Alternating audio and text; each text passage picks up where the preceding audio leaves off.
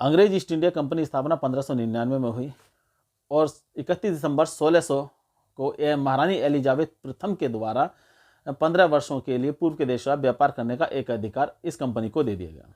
अब ये कंपनी जावा, Sumatra, Malacca की ओर यात्रा करती है और इसके बाद ये भारत की ओर अपना रुख करते हैं और कैप्टन हॉकिंस के नेतृत्व में पहला अभियान 1608 में भारत पहुंचा। ये सूरत बंदरगाह पर उतरे और ये हेक्टर नामक जहाज से भारत आए। कैप्टन हॉकिंस जहांगीर के दरबार में पहुंचे और ये जेम्स प्रथम का एक लेटर फ्रेंड था जिसे अकबर के नाम के लिए लिखा गया था, परंतु अकबर की मृत्यु हो चुकी थी, इसलिए ये जहांगीर से जाकर बात करते हैं और जहांगीर से ये सूरत में एक फैक्ट्री खोलने की अनुमति मांगते हैं।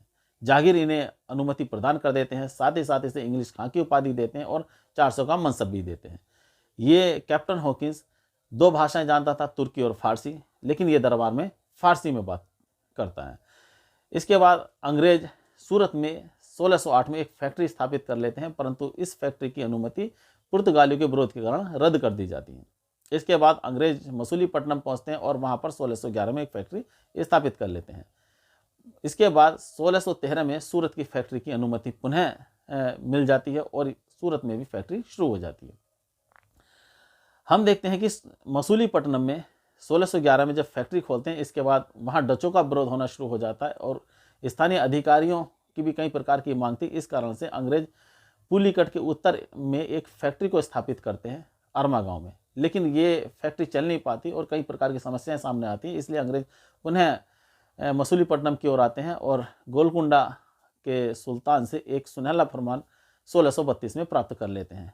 इन्हें 500 पैगोडा सालाना देने थे और जो गोलकुंडा राज्य के सारे बंदरगाह थे उनसे इनको व्यापार करने की अनुमति बिना किसी कर के मिल गई थी, परंतु स्थानीय अधिकारियों की जो मांग थी उनसे इनका पिंड नहीं छूट पाया, इसलिए इन्होंने एक दूसरा स्थान देखना शुरू कर दिया।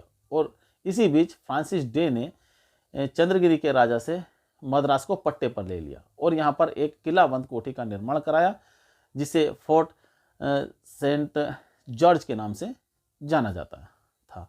अब हम देखते हैं कि ये स्थान बाद में हम देखते हैं कि प्रेसिडेंसी भी बन जाता है और पहले मुख्यालय बना, फिर ये प्रेसिडेंसी बना। मुख्यालय ये 1658 में बनता है और पूर्व की कोठियों का ये मुख्यालय बन जाता है, जिसमें कोरोमंडल तट शामिल था।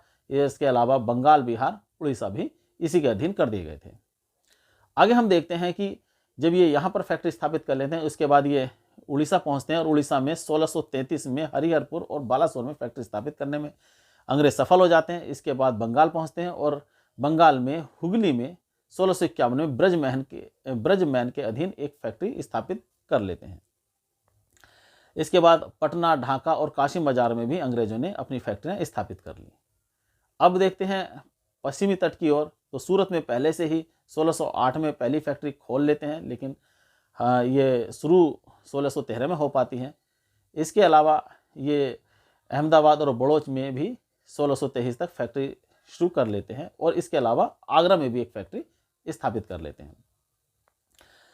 1661 को अंग्रेजों के जो राजा हैं चार्ल्स द्वितीय, उसका विवाह पुर्तगाल की राजकुमारी कैथरीन से होता है और पुर्तगाल की राजकुमारी से जब ये विवाह होता है तो दहेज में पुर्तगाली इन्हें बम्बई दे देते हैं और बम्बई को जो पुर्तगाल से मिला था अंग्रेजों को, अंग्रेजी राजा कंपनी को 10 पाउंड वार्षिक के किराए पर देकर कंपनी को दे देते हैं। 10 पाउंड वार्षिक किराया लेते हैं और कंपनी को बम्बई दे दिया जाता है 1668 में। और यही जहां अब यहाँ पर मुख्यालय बनता है। सूरत पहले मुख्यालय था, लेकिन बाद में 1687 में बम्बई को मुख्यालय बना दिया गया और सूरत के जो प्रेसिडेंट रहे वो गेराल्ड ओंगियार थे और यही व्यक्ति गवर्नर भी बम्बई के बन जाते हैं।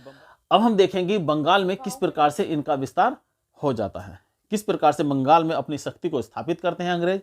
इसके अगली वीडियो में हम इसी को कवर करेंगे।